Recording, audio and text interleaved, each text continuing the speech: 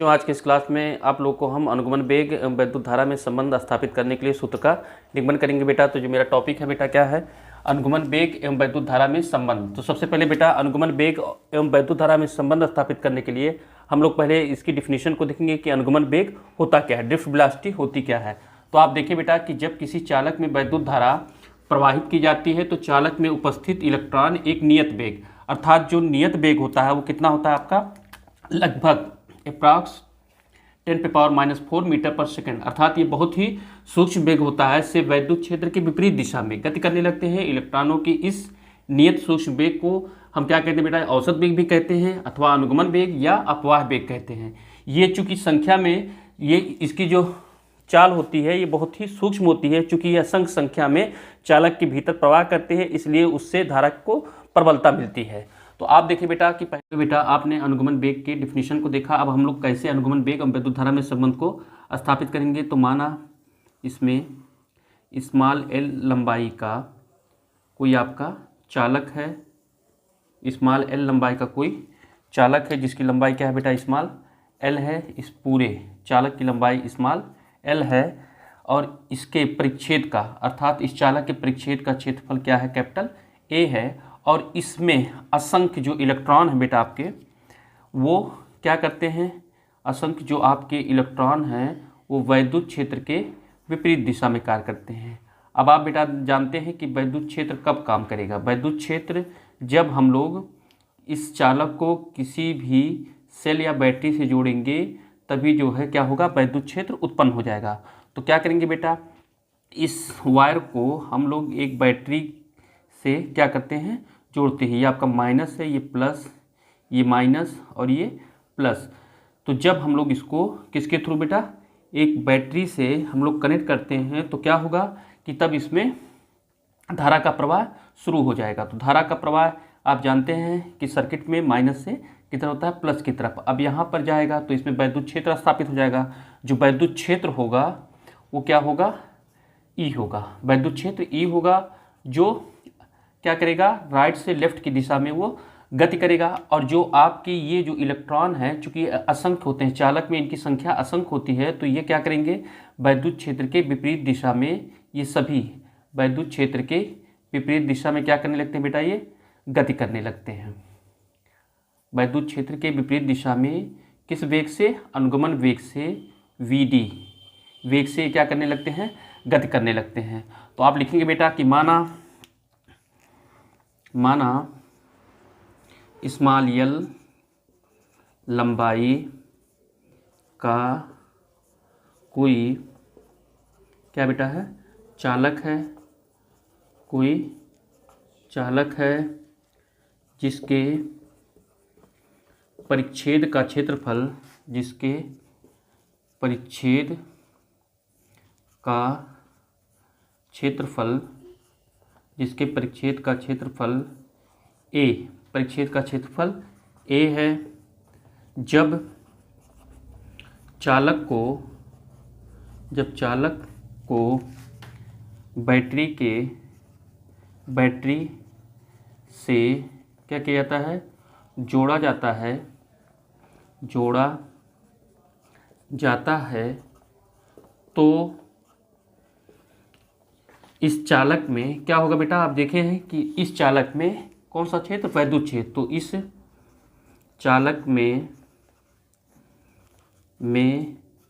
वैद्युत क्षेत्र ई, वैद्युत क्षेत्र ई स्थापित हो जाता है, जो अनुगमन वेग,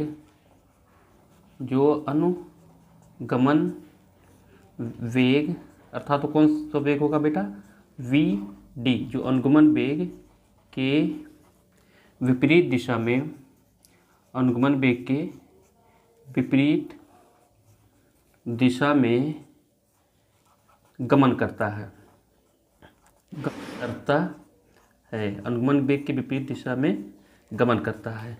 तो यदि अब बेटा माने कि जैसे ही हम लोगों ने क्या किया कि इस चालक को किसके थ्रू, बैटरी के थ्रू क्या किया, इसको कनेक्ट किया। तो कनेक्ट करने के पश्चात क्या हुआ कि उसमें धारा का प्रवाह हुआ। तो आप इसलिए तार के परिच्छेद स्मॉल टी समय में गुजरने वाले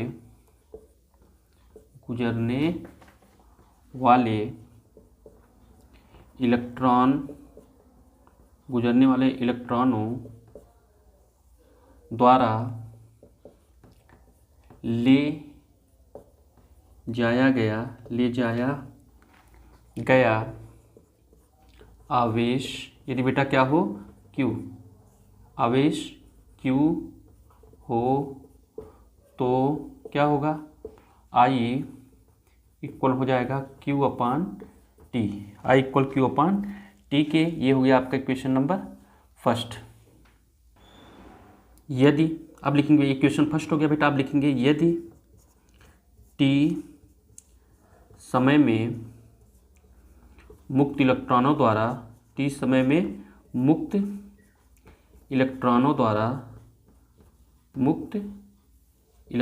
द्वारा अर्थात जो फ्रीली इलेक्ट्रॉन इस चालक में चल रहे हैं उसके द्वारा मुक्त इलेक्ट्रॉनों द्वारा चली गई दूरी ब्रैकेट में लंबाई,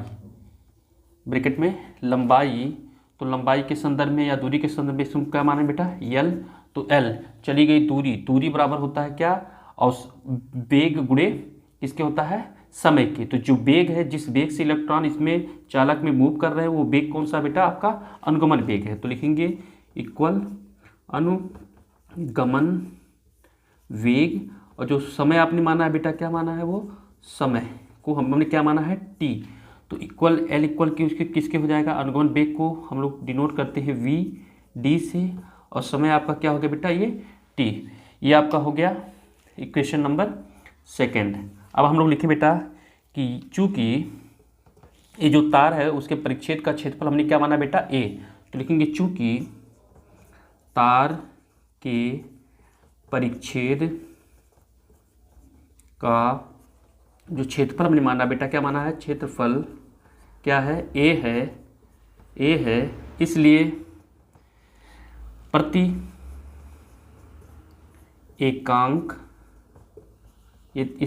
एकांक आयतन में यदि मुक्त इलेक्ट्रॉन जो फ्रीली इलेक्ट्रॉन चालक में चल रहे हैं, ये जो इलेक्ट्रॉन असंख्य की संख्या में चल रहे हैं, यदि मुक्त इलेक्ट्रॉनों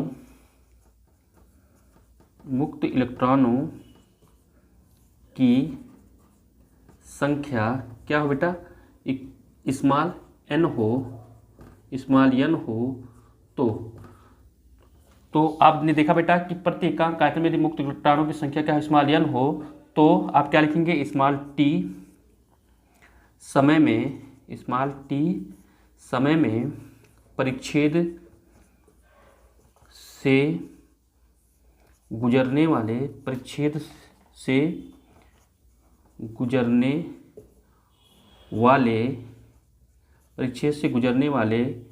इलेक्ट्रॉनों की संख्या, यदि इसको आप क्या मान ले बेटा, कैपिटल N, तो इक्वल क्या हो जाएगा, कैपिटल N को मानेंगे।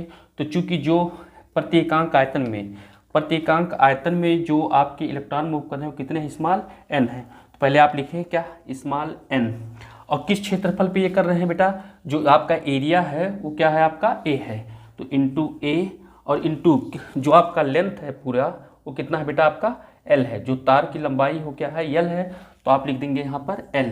तो आप देखिए बेटा इक्वेशन सेकंड में L की जगह पर हम क्या लिख सकते हैं, VD इंटू T के, तो क्या गया बेटा आपका NA इंटू L। तो आप देखिए बेटा NA की जगह पर आप A रहने दें, और L की जगह बेटा क्या लिख सकते हैं आप, L की जगह लिख सकते हैं VD इंटू T, तो ये क्या हो जाएगा, VD और इंटू किसके हो जाएगा, ये T के हो जाएगा। तो लिखेंगे बेटा यदि इलेक्ट्रॉन पर आवेश क्या हो बेटा, E हो, इलेक्ट्रॉन पर आवेश E हो तो इलेक्ट्रॉन पर जो आवेश क्या हो बेटा, ई हो, तो पुनः आप इसको लिखेंगे बेटा क्या, इसलिए स्मॉल टी समय में परिच्छेद से गुजरने वाले इलेक्ट्रॉनों